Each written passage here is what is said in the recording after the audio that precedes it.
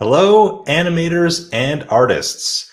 Welcome to this competitive co-op panel on the future of 2D animation for game development at the Animation Trends event, powered by Toon Boom Animation.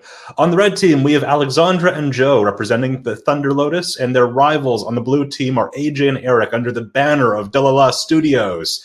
Alexandra, Joe, AJ, Eric, are you ready to rumble? Yeah. Yes. Yes. All right, all jokes aside, can we introduce ourselves, your role at the studio you work with, and what drew you into game development? Let's start with Alexandra. Yes, I'm Alexandre. I'm an animation director for Thunder Lotus. I've been there since the beginning with Jotun, Sundered, and Spiritfarer. I actually started studying 3D animation, wishing to work on games. But then during my first year of school, I also fell in love with drawing and pursued 2D instead, because that's a switch that you can make at Cégep du Vieux-Montréal, where I studied. And once I graduated, that made me go toward a career in TV and films, because in 2007, when I graduated, there were not a lot of 2D game production still. Like the indie game boom was in 2005, but that was really at the beginning, and there were not a lot of opportunities. So, but since then, 2D games have really made a strong comeback, and I've been able to go work in games, which was my original objective. And yes. Joe, you're back. Yes, I'm back. Sorry, I clicked something I shouldn't have. I did that too earlier. Joe, can you introduce yourself, what your role at the studio you work with is, and what drew you into game development? Yes, I'm Joe Gauthier. I'm the art director at Thunder Lotus Games. I also previously worked with Alexandre on Jotun, Sundered, and most recently Spiritfarer. Alexandre and I actually studied in the same college. We just graduated 3 years apart. And the thing that drew me into game development was pretty much it was very similar to what drew me to traditional 2D animation, because I also studied 2D animation. To me, it was the possibility of great storytelling through like drawn art, expressiveness, and stories that are not bound by realistic limits. And to me, video games allow for all of that, in like on top of interactivity, which to me is huge, and it gives like a third dimension to that medium. Well, it really makes sense that you made. We're both working on Spiritfarer, because that game is 100% that. Yeah. AJ, can you introduce yourself, your role at Dlala, and what drew you into game development? Yeah, sure. I'm AJ Grand-Scrutton. I'm the CEO of Dlala Studios, but I direct our games. I've loved video games for as long as I can remember. I got my NES for my 4th birthday, which may have been a bit early, but that kind of where I really started loving playing games. And it was really the LucasArts era stuff. So Day of the Tentacle is the game that made me want to make games. Because it was the first time I played something that I completely fell in love with and found hilarious. And at the point where it was like, oh my God, like there are people out there that get to be stupid for a job, whilst being really smart, of course. Tim Schafer's a genius. But like being able to make that type of game, like I just fell in love with the idea of doing it. And, whilst I haven't necessarily done anything to that standard, I getting to work on funny comedy-based games has been a real kind of reward for me. Obviously, I love the deep stuff, and obviously, Spiritfarer is an absolute masterpiece. But it was really those comedy games that kind of drew me in, that funny writing of the '90s LucasArts era, and of course, Earthworm Jim. And speaking of Eric, who are you and what do you do? Hey, I'm Eric. I'm the animation director here at Dlala. I've been here for 4 years, 5 years. Yeah, something like Just that. say yes. Just say yes. I got into games a little bit of a road less traveled. I started a long time ago, and the first game that I worked on was Earthworm Jim. I originally moved to California from New York to study at Cal Arts and get into doing 2D animation. That didn't really happen. And I met some guys that I actually apprenticed under doing traditional animation. So lots of paper flipping and all that stuff. And those are the guys that kind of went on to do like Cool Spot and Aladdin, and eventually start up Shiny and Earthworm Jim. And I was fortunate enough to do cleanup and digital ink and paint and all that stuff, and I've pretty much been making games ever since. All right, let's get into the questions. So for Team Dlala, for anyone who's not in our audience who's not familiar with the new Battletoads game, how would you describe the project and your role in that production? Yeah, I mean, my job was to annoy the internet by making all the decisions they didn't want me to make. My role on Battletoads was director, so I directed the game, and Eric was the animation director on Battletoads. And Battletoads was a 26 years after the last Battletoads game, like not a reboot, sequel. And Battletoads was a game I absolutely loved as a kid, especially Battletoads Double Dragon. The thing that made me fall in love with the series was the fact it was this genre mashup. So there was no games like it on the NES. Like one level was a traditional side-scrolling beat-em-up, one was a platformer, one was a racer. Like it had all these amazing genre jumps. And so like that's kind of what I wanted to do. And I met Craig Duncan, who runs Rare, in 2012, the year we started. And then I harassed him every time I saw him for years and years and years, saying, give me Battletoads, give me Battletoads. And eventually we showed him some stuff we've been doing, and we kind of showed him the pitch, and he finally went, ugh, yes, let's talk about doing Battletoads. And so really it was an homage in a lot of ways to the stuff I'd grew up with, the games I'd grown up with, the cartoons I'd grown up with and loved. But the whole idea was we didn't just want to make a game for Battletoads fans. And if you ask the fans, we didn't. We wanted to make a game for like a new generation of fans. And so it is this crazy, weird genre mashup where there's like, it's a 4 to 6 hour game and there's 14 different genres, and it ranges from over-the-shoulder racing to platforming to side-scrolling beat-em-up to creepy giving an alien a massage mini-game. But it was really just this big creative outlet where we got to just have a lot of fun making it and just put a load of stupid ideas in. And it's wonderful and it's lovely, and it's on Game Pass if people want to check it out without paying for it. But yeah, and I got to direct it and take all the credit when really my team did all the hard work. Eric, can you tell us about all the hard work? Yeah, I'm sure to do that for sure. I was animation director on it, and I did a lot of the animation as well, and then directed the team of animators. So yeah, we just did a lot of animation. It's all hand keyed, nothing's rigged. It's all old school 2D animation, and my big goal was just to make it really, really funny. I wanted people to laugh out loud when they saw things and bring a lot of joy to people, really, and try and make it as beautiful as possible. And if AJ was like, yes, when we'd show him animations, I was like, please, we're good. I mean, the main goal was to try and get as much stuff on that Animation Smears Twitter account as possible. That was the real goal of the project. Yeah, I'm a big fan of just ridiculous drawings, like a lot of the really funny old golden age stuff, squishy animation. So we just tried to make that happen as much as possible.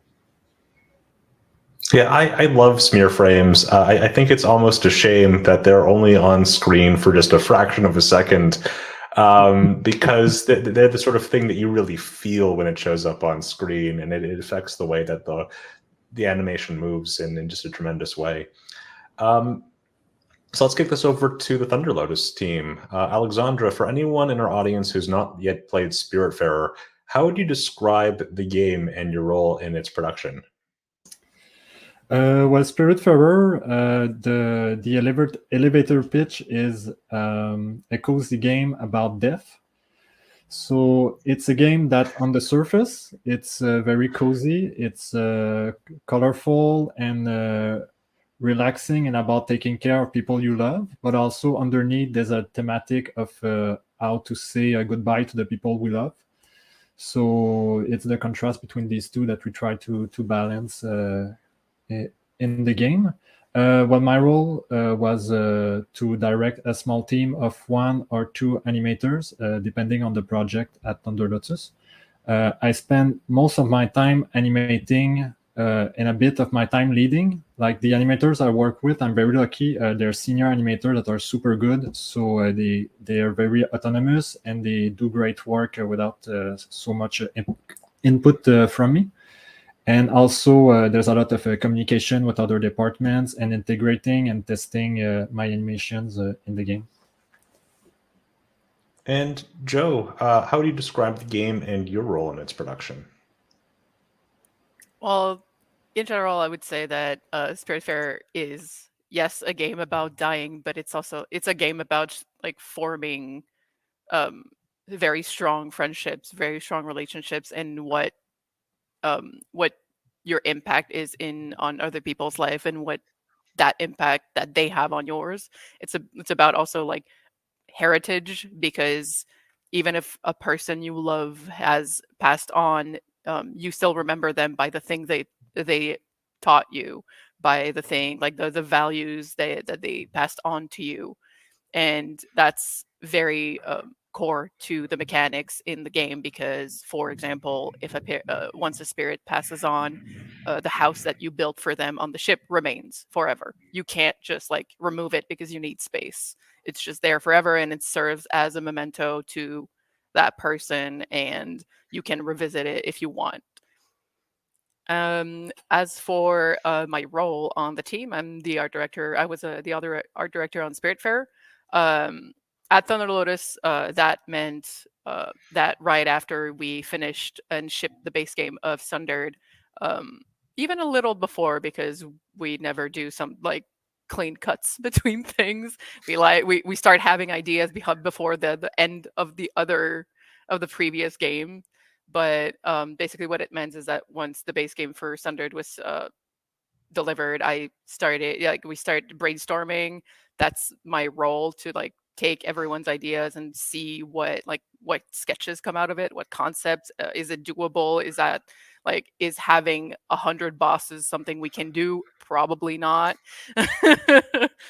And once we're satisfied with a look, a concept, like a general aesthetic, that's when I start doing like more like things that are locked down. I lock down the art style, and then my role is basically to make sure that this style is respected throughout the entirety of the production. That means a lot of I do also like a lot of character design.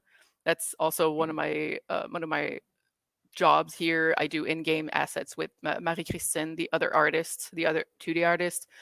There's a lot of communication that I on the daily, really, with like UI, VFX artist, and creative director. And yeah, that's all of that to ensure a very cohesive visual experience. Speaking of cohesive visual experience, Joe, what inspired the tone and style of Spiritfarer? Because I think one of the things that really resonates with people is just how cozy it feels. Yeah. Um, Alex touched on it like briefly. The theme of Spiritfarer is very serious. It's very heavy. Talking about death as the loss of somebody, especially someone that is or was close to you, is a very, very intimate experience. It requires you to be very vulnerable. Like, you are very vulnerable in that state, and playing the game, the game kind of asks you to be vulnerable when that happens. That's a thing I had very in mind very early on. It was the idea of the contrast between that very serious tone and what could make it better, what makes it a more digestible experience. And to me, that came through, pastel colors, beautiful landscapes. It came through like the nostalgia of 2D animation that is traditional. Um, the cheerfulness. The art style was very inspired by things that feel good to me, that kind of bring me home mentally, that I see and I'm like, oh yes, like this is comfortable. This is something that like feels cozy to me. It's kind of like what brings you back to like a safe space mentally.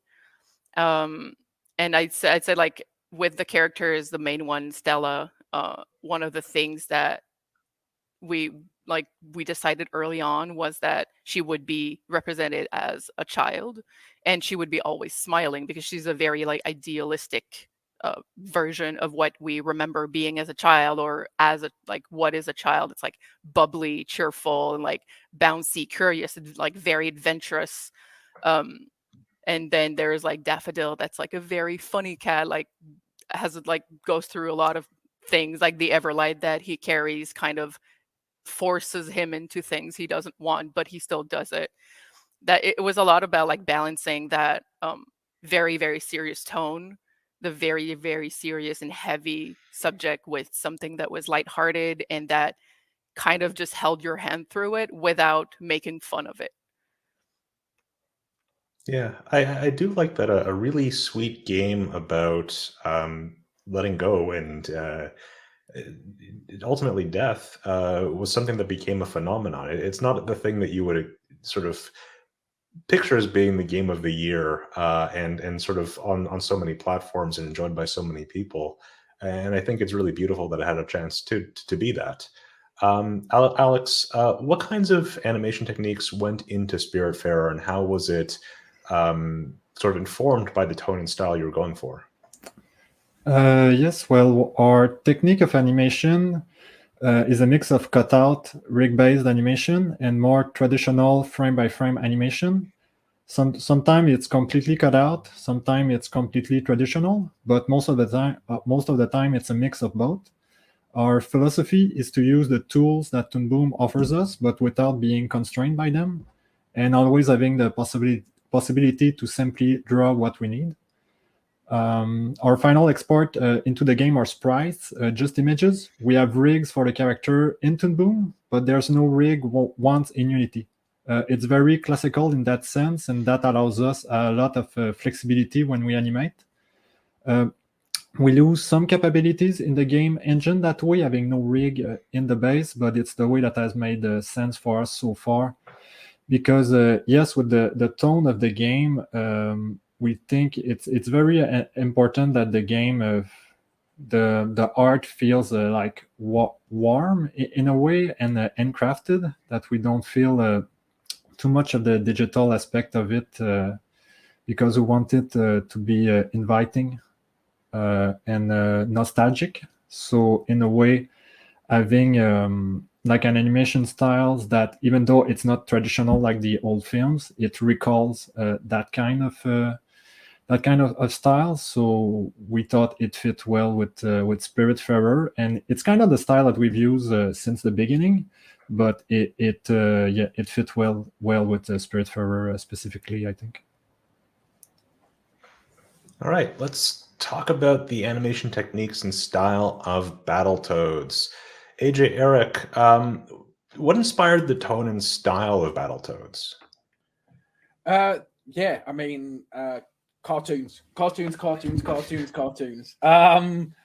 So when I looked to the original Battletoads, the very first one on the NES, like you could see there was a lot of like Tex Avery kind of inspirations there and that sort of thing, and that was still an inspiration for us. We still kind of took a lot of those Tex Avery massive poses and then that kind of approach, but the cartoons that I grew up with and the stuff I love was the stuff like on Cartoon Network and Nickelodeon.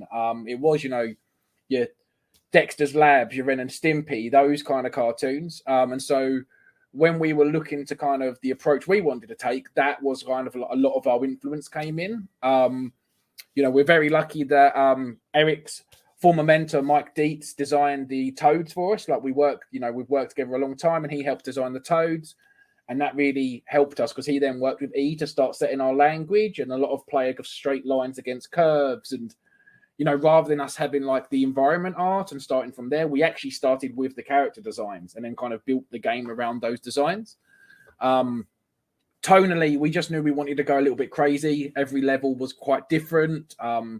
You start off in the first level, which is the fantasy level that you don't know is a fantasy at the beginning, and that's very Blade Runner inspired. A lot of those kind of color palettes and designs come through, and then you've got everything in there from the weird land where there's lumberjacks and gymnasts in a tribal war, which is very weird mixture of like forest and industrial, through to kind of brutalist style architecture, like the designs of the main bad guys, Uto and Pia. So yeah, really, it was just insanity really inspired us. Just like, what is weird stuff that kind of fits in this world? And luckily for us, the world was so weird that nearly everything fit in it. So yeah, we just kind of took a lot of inspiration from those 90s era cartoons more than anything, for the overall kind of feel of tone and style. In terms of what inspired the animations, let's hand over. There we go to him.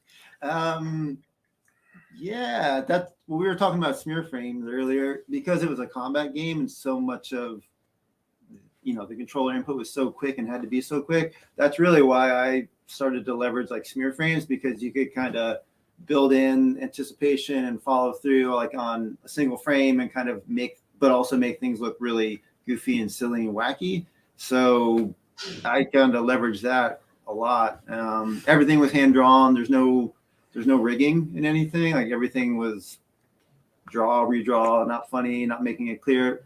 I've worked on some fighting games before, so a lot of it is making things clear and making things appealing, like in your action, because it's a very, you have to find appeal in all the action. So like really nice arcs, really great follow through.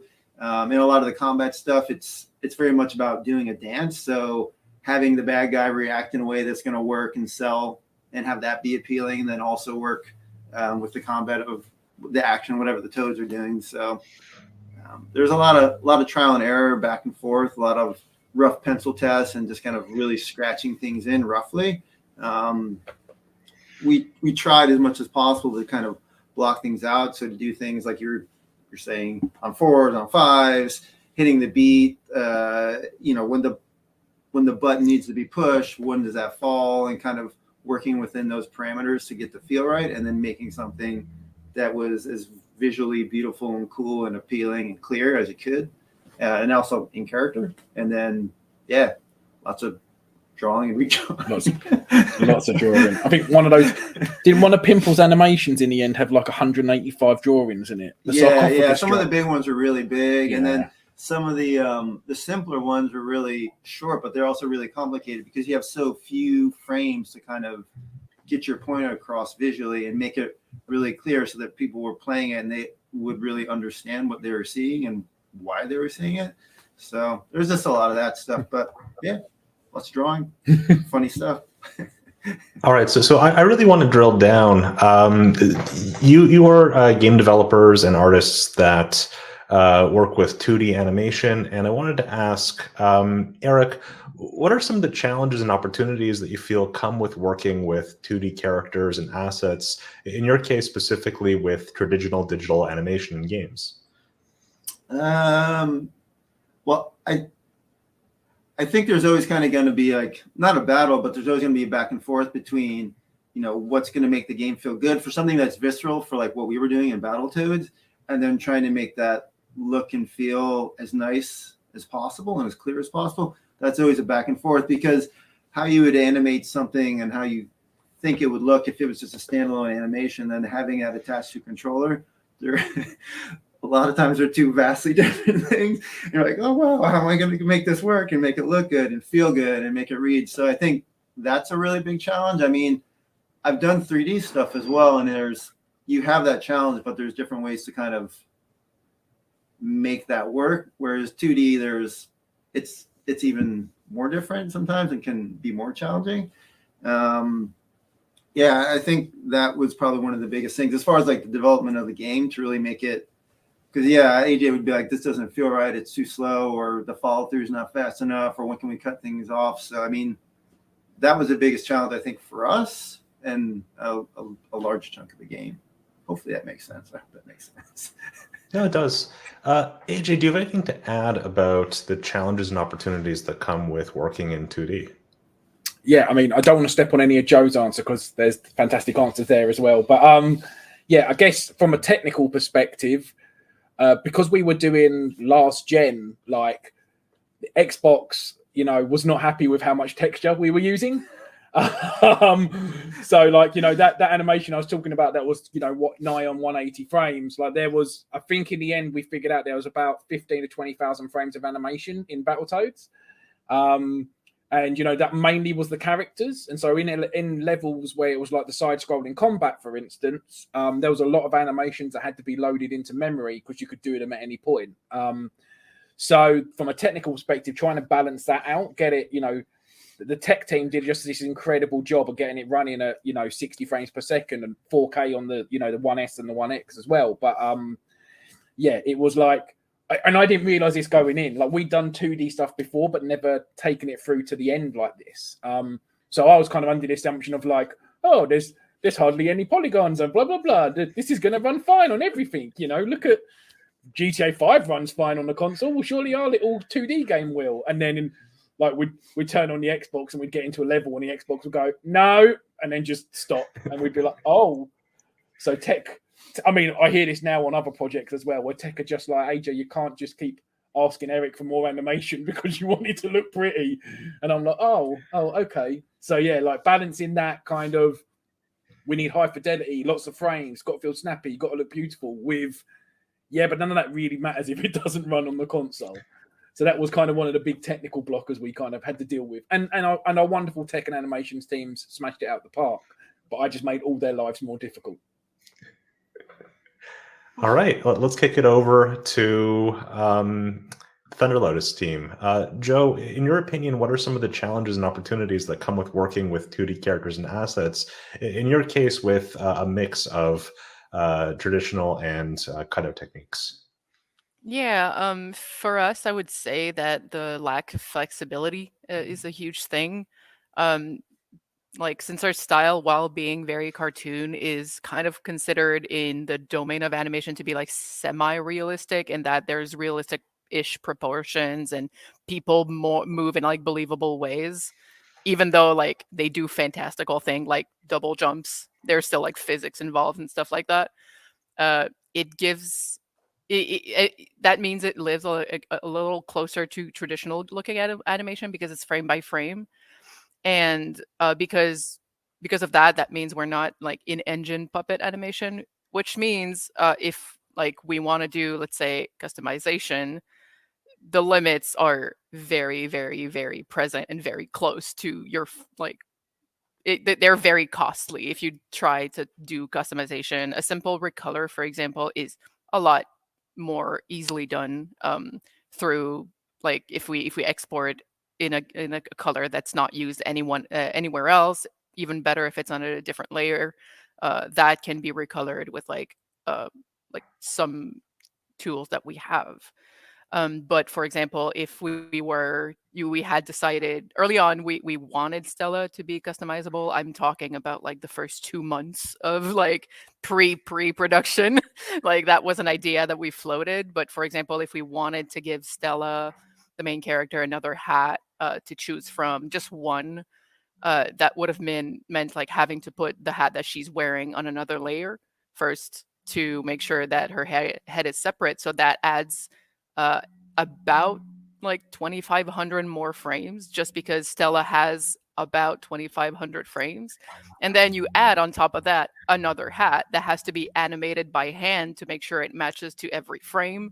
And that means it's absolutely hell and will not load into your game, especially if we're talking about like, oh, you could have a different shirt, different pants, different boots, different, I don't know, gloves. We can get like really, really intense in like how much customization you can do.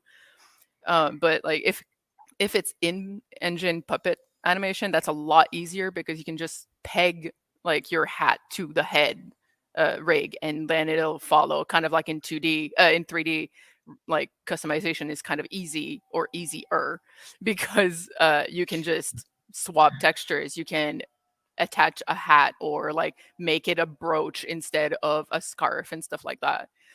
But yeah, there's a lot of limits to 2D animation in terms of customization. It's pretty much non-existent. And Alexandre, is there anything else that you want to add about the challenges and opportunities that come with 2D characters and assets? Yeah, there are some, but like the constraint of customization is almost one that I like, because for a single player game, I really like Joe did an amazing design for Stella, and like her clothes is perfect to fit with our design. And it's actually, I like the fact that we cannot put like a ton of hat on her and not ruin, but make slightly less elegant the design that Joe did. Like some fighting game, like Street Fighter 3 was really good because it was 2D, and the character they couldn't put some a bit ridiculous costumes on them. Sometime when I play the latest one, I think, the original design is perfect. Why did you have to change it? But anyway, there's a lot of challenges with the sprite-based 2D animation. Like I learned 3D, and there's a lot of stuff that I was like, oh, I wish I had that in 2D, but I still prefer 2D for a lot of reasons. But yes, like the fact that we don't have a rig in the game, we don't get any blending between animation. So all transition in 2D sprite-based must be done manually, or we have to accept that there will be a pop between animation clips. In 3D, they do animate a lot of transitions manually, but let's say they cancel an attack into another one, they'll usually be able to blend the poses a bit to smooth out that change. Another thing will be layered animation. Like let's say someone is running and he's aiming with a bow and shooting. In 3D, well, you separate the leg and the upper body, but you'll still get the layer of animation that the shoulders are moving and the upper body is still reacting to the run. But in 2D, like if we separate the legs to the upper body, it's completely disjointed and it doesn't make much sense. Some people make it work with the 2D rigs in the engine, but that's not where we're at as a studio at the moment. But opportunities, like as far as opportunity, I think there's a precision to a sprite-based 2D animation where there's no technical constraint to what the character can do in terms of posing. Like 3D rigs are a lot better than they were, but they still have limitations. In 2D, you can always just draw exactly what you want and make it graphically appealing. Like when I was doing 3D, every time you try to have someone cross his arm, and it's like, okay, how am I going to do that? It's not always easy, but in 2D, you can just draw it. The other opportunity is to explore styles that haven't been approached yet. 2D animation in game, there's more and more of it, and it's super cool to see, but we're still at a point where there is a lot to explore. All right, I've got a slightly different question now. What kinds of misconceptions have you encountered about 2D animation in games? Alex, we'll start with you this time. One thing, I'm not misconception. I'm not too sure. Can I ask? We can come back to you if you prefer. But just like, what do people think is easy that is maybe unexpectedly not easy, or other things that are similar to that? While you think about that, Joe, have you encountered any misconceptions about 2D animation in games? Yeah, to me, the main thing that I've heard over and over again was that 2D games are very light and they're very, like, there would be easy, for example, to port to mobile without a lot of rework, because it's just 2D and there's just PNGs and stuff like that.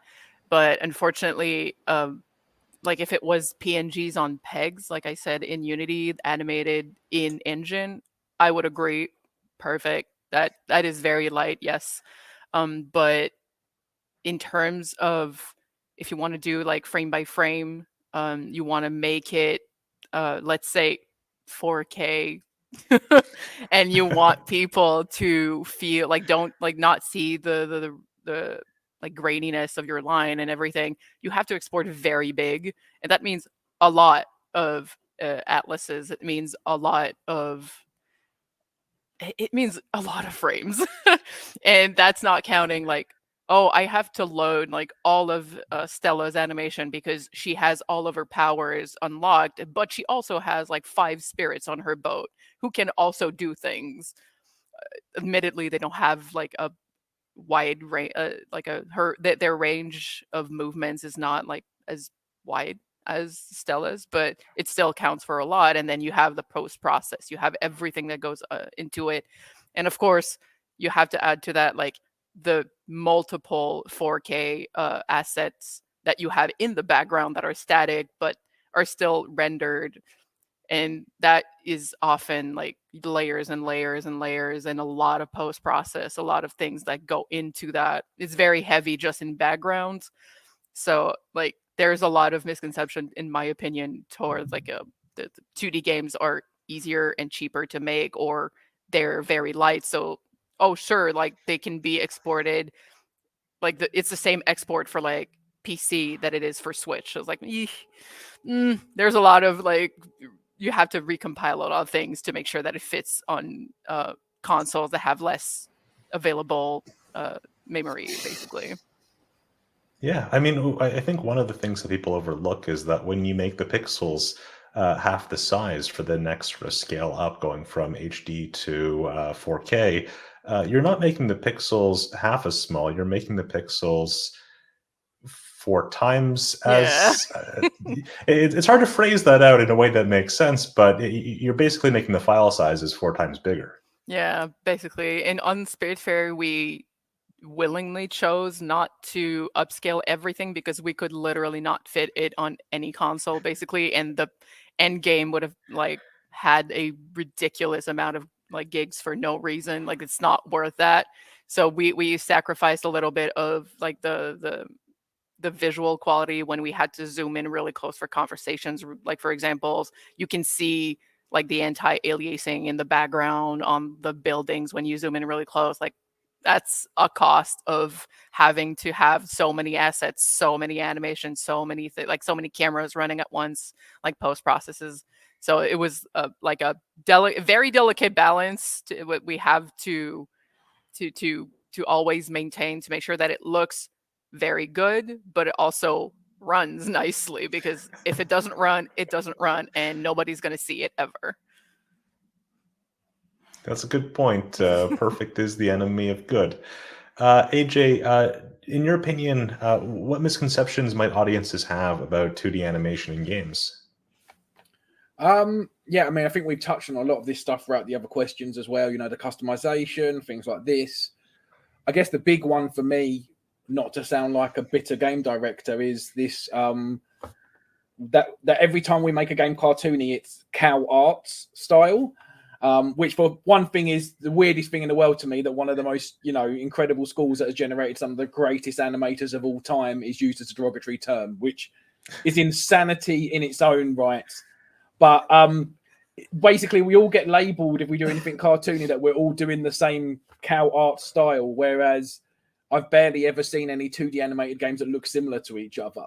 So I think this is a big misconception that like turning something cartoony or even 2D, because, you know, in the case of Spiritfarer, it's not cartoony. It's, you know, as you said, it's closer to realism than it is kind of what we did on BT. But yeah, I think it's this weird kind of illusion/delusion that everything we do, we all pull out our cow arts book and then we just turn to a random page and go, yes, we're going to make our game look like this. You know, whereas in fact, the approach I think a lot of us take is no different to, you know, 3D games in terms of like deciding your style, doing the concept and exploration. You know, and you look at the two main games from the developers on this call, and our games look nothing alike.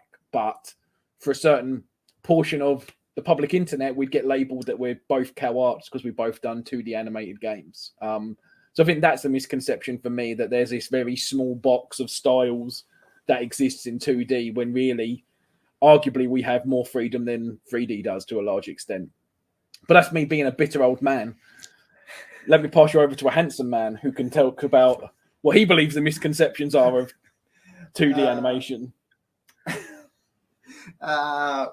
Yeah, I don't know. I mean, I think you guys covered it. The only thing I would add is, like, I think a lot of people, not that they look at it like a lesser medium, I guess, maybe now modern times ish, modern era, but like they're like, oh, they kind of go, oh, it's a 2D game. And I can tell you for a fact, like, I've worked on a lot of 3D games, and I've had the good fortune to work on 3D, to work on stop motion projects, and like they're all a tremendous amount of work in their own way, and they're all like a serious craft. And I think you just need to kind of take things for what they are, not necessarily go like one's better than the other. It's like it's an art form. People are expressing their love for it when they're doing it, and it's like it's a hard thing to do. And I don't think, it's that saying, right? You don't really know what it's like until you walk a mile in someone else's shoes. And it's like, it's hard, man, doing all those drawings and throwing all those things out and like trying to figure out how to make that work on a game and like attach it to a button and make it feel good and make it read really well. It's just, people kind of, I don't know, I guess in a way, like they just like to kind of categorize things and stuff and say like, oh, it's just this, it's just that. And it's like, okay. But I can tell you, it's not any. It's definitely not easier or any lighter than 3D. That's for sure. Now you're turning into a bit. We're both the angry old men now. Look at us. No, I'm not angry. This is really funny. I'm just like, oh, really, dude? Really? Really? You think so? It's just like, no, it's a lot of work, man. It's not. It's a labor of love. Well, speaking of bitter old men, from your point of view, how has the landscape of 2D animation changed since the pixel art era? Eric, we'll start with you. I mean, the sky's the limit, really. If you can dream it and you can plan it and you can kind of work with your tech team and your tech art team, I mean, you can kind of do what you want, really. I mean, and that wasn't the case back in the day. It's like you had limitations. It's kind of, like an old art director. It's like, you have these 3 colors and you can do something beautiful with these 3 colors. And it's like, yeah, you totally can. And like amazing, magical, wonderful things are made with that. And that's kind of what it was like in the 8-bit, 16-bit thing. And, you're put into, you have these limitations, but you figure out ways to work with them and work around them. And then you create this whole new thing, which has, led to a lot of the, pixelized games that are kind of out now that are totally taking it into this amazing new art form, and it's awesome. Now it's just, you have so many more tools at your disposal, and it's really just like, what do you want to do? How do you want to do it? How do you want to plan it? How do you want to test it? And ain't nothing to it but to do it from there. AJ, in your opinion, how has the craft of 2D animation in games changed or evolved since the 8-bit era? Yeah, I'm trying to remember what's the stuff we spoke about before this started and what's the stuff since. So I'm worried I'm going to just repeat myself. Yeah, I think it's kind of like what he said. I think that like back in the 8-bit, and especially the 8-bit era, they were restricted by what could be accomplished with such a small set of colors and pixels, and we're doing a lot of work to try and make it not look like a limited amount of color and pixels. And I think what is interesting now is that we've come to this point in time where it's a stylistic choice. There's so much freedom in what we create that if we want to make something look obviously pixely, we can do modern takes on that. We can do your dead cells, your hyperlight drifters. But then we also have the advantage that like people like ourselves and obviously Thunder Lotus, if we want to do something that's beautiful and hand drawn, we can literally draw it and then put that into a game. And that's something I think we all take for granted. And I especially think, the newer people getting into games probably take it more for granted. That like I never thought about the fact that like, oh, we've done this design for a toad. Let's draw this toad turning into a train. Wham, bam, thank you, man. That's in the game. Whereas like back in the 8-bit era, they drew the toads and then they had to figure out, okay, how the hell can we now make this amazing drawing into and the stuff they did in that first Battletoads with the big expressions. I'm not even sure how they pulled it off, but like that's the closest they could come to what their concept art looked like. Whereas now, I mean, we literally make games that are built from effectively the concept art. And I think that is just incredible. Like that is, and I mean, in such a small space of time as well, like, 20, whatever it's been now, 27, 28 years, right? Like to get from there to here is just really mind blowing when you think about it. So yeah, I think the biggest kind of change in 2D animation since then is that like we just have this freedom of stylistic choice. Joe, from your point of view, how has the landscape of 2D animation games changed? For me, like it's been brought up already, but like limitations sure have changed for sure.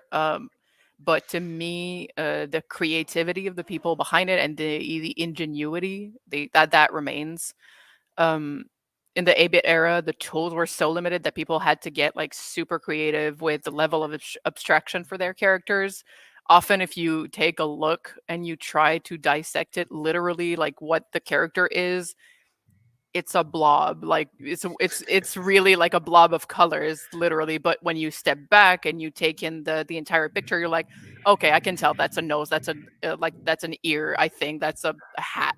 You're like, all right, like I also it was easier back then to let that like that level of abstraction was inherent to games because when you played video games that's what you saw, so you were ready when you booted the game. You're like, okay, like what am I going to see now, and you're ready for that style. And I think like while that was absolutely revolutionary back then because it was a visual medium you could literally interact with, I think the meat of the experience came from the gameplay. So that's what it relied really heavily on. And that means like and nowadays we're able to be more literal with our 2D animation since the tools have improved so much and the technical boundaries have been pushed further and further. Obviously, that comes at like a quote unquote price because we have better consoles, better computers. So that means that the expectation for 2D games is always going to be higher and higher. So you want more quality, more frames, more, you want to zoom in, like you want to somehow like make a vector animated game because you can just zoom in like infinitely. Obviously, I don't think that can be done unless you are running the world's most like powerful computer. But like I don't know, I wouldn't know if that's completely equivalent to like, you have so little RAM in the 8-bit era and you have to fit everything in it. If it's like equivalent to, well, you have a lot of space for a game, but you also have so much to fit in there now. So like, is it equivalent? I don't know, but it's definitely like the limitations have broadened. Obviously, they're a lot further now, but the expectations also keeps building and building. And you can see that in 3D too with like the hyper realism. Alexandra, in your opinion, how has the landscape of 2D animation games changed since the 8-bit era? And does anybody need more than 256K of RAM? Yes, we do. We very much do. But it's very impressive what people were able to do in the time, like the ingenuity that they had to work within the constraints. And these constraints kind of define some of the stuff they were doing, like the fact that Mario is wearing an overall because we needed to define the arm from the rest of his body.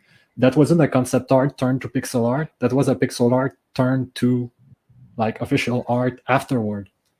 And yeah, it's very impressive. If you look at the place that 2D animation, 2D games had, at the start it was only 2D because it was all that we could make. So even a racing game, you'd animate the car rotating like that, and then you animate the road going toward the camera and the road going toward the camera but turning, and you do it like that. But nowadays it's like maybe you do it for nostalgia's sake, but like there's very little racing games that do it like that now. And then 3D came along when PSX was made and Nintendo 64, and all of a sudden people were like, okay, that's the future, why would I want the past? And then people kind of put 2D aside for a little while, and but now like they've pushed 3D super far and it's super impressive. But there are so many games and there are so many different kinds of players that want different things, that it's great that 2D is coming back in order to offer a different experience, because we're always trying to find ways to differentiate ourselves, and it's something that comes like naturally to us or to Dlala Studio to work in 2D. So yes, that's something that has changed a lot.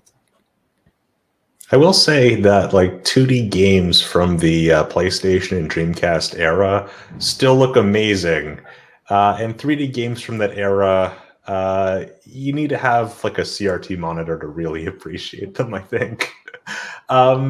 So I wanted to ask Alex, do you have advice for animators and artists applying to work at your studio?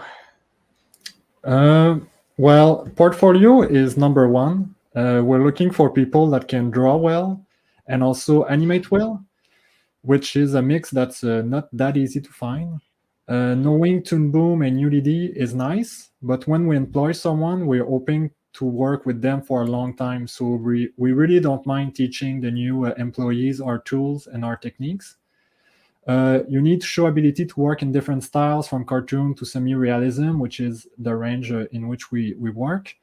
Other than that, a willingness to work in teams is super important. Our recruiting process is very rigorous at this point, and we want to make sure that the person is a good fit for our team, both for our good, but also for the person who applies. Finally, an interest in video games and how they work is a big bonus. Although we're not expecting people to all be hardcore gamers, it still helps a lot to understand the bigger picture of what we do, which is making a game and not just animation in Toon Boom. Joe, do you have anything to add about advice for artists and animators applying to work at Thunder Lotus? Yeah, for 2D artists, not necessarily animators, I would say like you definitely have to love your craft and you have to want to keep honing it over and over again. You have at Thunder Lotus, a thing that I always look forward to when I'm looking through portfolio is like an eye for detail, a portfolio that shows what you want to do, because it's a little hard to see portfolio that do everything and then don't like specify what their strengths are, what they like doing. Because I think one of the things we're privileged enough at Thunder Lotus is to do is to make sure that you're doing what you want to do. Like if you're not interested in doing like character design, then you're not going to do that. That's fine. And we kind of base our search like according to that. Obviously you have to have at least a minimal interest in video games. I think that's that's a given. Good sense of style, anatomy, and stuff like that. Be able to be like very flexible in terms of style, like Alex said, and yeah, motivated to work with people. That's a huge thing. We talk every day, and we are very, very open in terms of communication. All right. And jumping on to the Dlala side, AJ, in your opinion, what is your advice for animators and artists applying to work at your studio? Yeah, I mean, it's not a million miles away from what Thunder Lotus have said, to be honest. Like, it is just about demonstrating you can do the job. So, like, whatever the role is you're applying for, whether it's art, animation, or tech, or etc., we're always looking for portfolios which demonstrate you can do it. Depending on the level of role, showing the relevant experience. Obviously, if you're applying for a junior role, we're not expecting you to have any shipped products. But if you are applying for a more senior role, we do want shipped games. You know, not necessarily playing games is important, but understanding games definitely helps, and understanding how that animation and art translates. The biggest learning curve we tend to have with onboarding new artists and new animators is that translation of, you're not creating a beautiful image, you're creating something that's actually interactive and it's played by a player.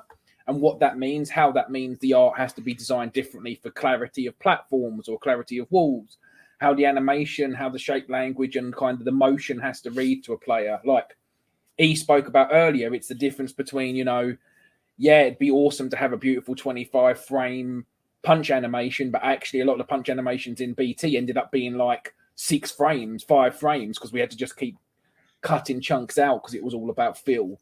So it's understanding that like animating for TV, for film, or making a beautiful image is very different to games, because it's all about reacting to what the player's doing. It's a non-linear medium a lot of the time. So whilst you don't necessarily have to have had an absolute bucket load of stuff demonstrating that, demonstrating an understanding of that is super important. But besides that, I would literally be repeating the Thunder Lotus stuff: working in the team, great communication, having fun, don't apply for the job if you're not willing to do the job. Like, if you don't want this role, like, don't just take it as a foot into games. Like, we all very much love what we do here. We're very lucky that we work with a lot of talented people who love what they do. And, you know, I think if somebody came in and was just taking it for the sake of having a job, I don't doubt there are talented people out there that could do that, but they probably wouldn't enjoy it any more than we'd enjoy working with them. And Eric, is there anything else that you'd recommend for artists who are applying to work at Dlala? Man, I don't know. I think they covered most of it. I mean, really, the only thing that I would add is just being able to work well with a lot of different personality types, and being able to communicate and being open to people that communicate in a different way or a different style than you. And that's a really tricky thing, you know, because like you're taught of maybe a certain way to see things or do things, like at past jobs or art school and things like that.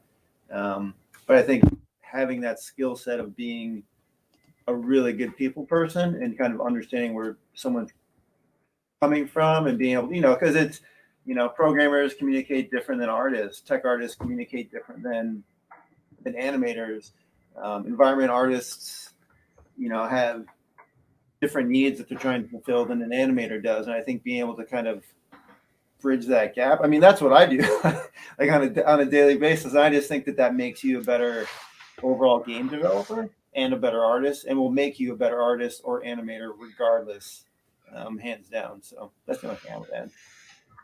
All right. I can see that we're running out of time. So AJ, where can viewers go to learn more about your games? Yeah, I mean, obviously you can go to our website, where you can go dlalastudios.com, or you can follow us on Twitter, which is just twitter.com/Dlala Studios. And the most recent thing of ours to play is Battletoads, which is on Game Pass, Xbox, Windows, and Steam. And that's definitely the best place to see us. And Joe, where can our viewers go to learn more about Thunder Lotus Games? The best place would be at thunderlotusgames.com, all one word, and our Twitter, which is just twitter.com/thunderlotus. All right. I want to thank everyone for joining us for day one of the Animation Trends event powered by Toon Boom Animation. If you enjoyed this discussion, don't miss today's upcoming topics and panels, such as anime beyond the traditional pipeline, starting a career in animation, pitching your animated project, and an interview with Mark Simon on storyboarding The Walking Dead. You can find registration links on our website at toonboom.com, and we will be posting these discussions on YouTube after the event. Thank you again, and be sure to tune in to the next panel.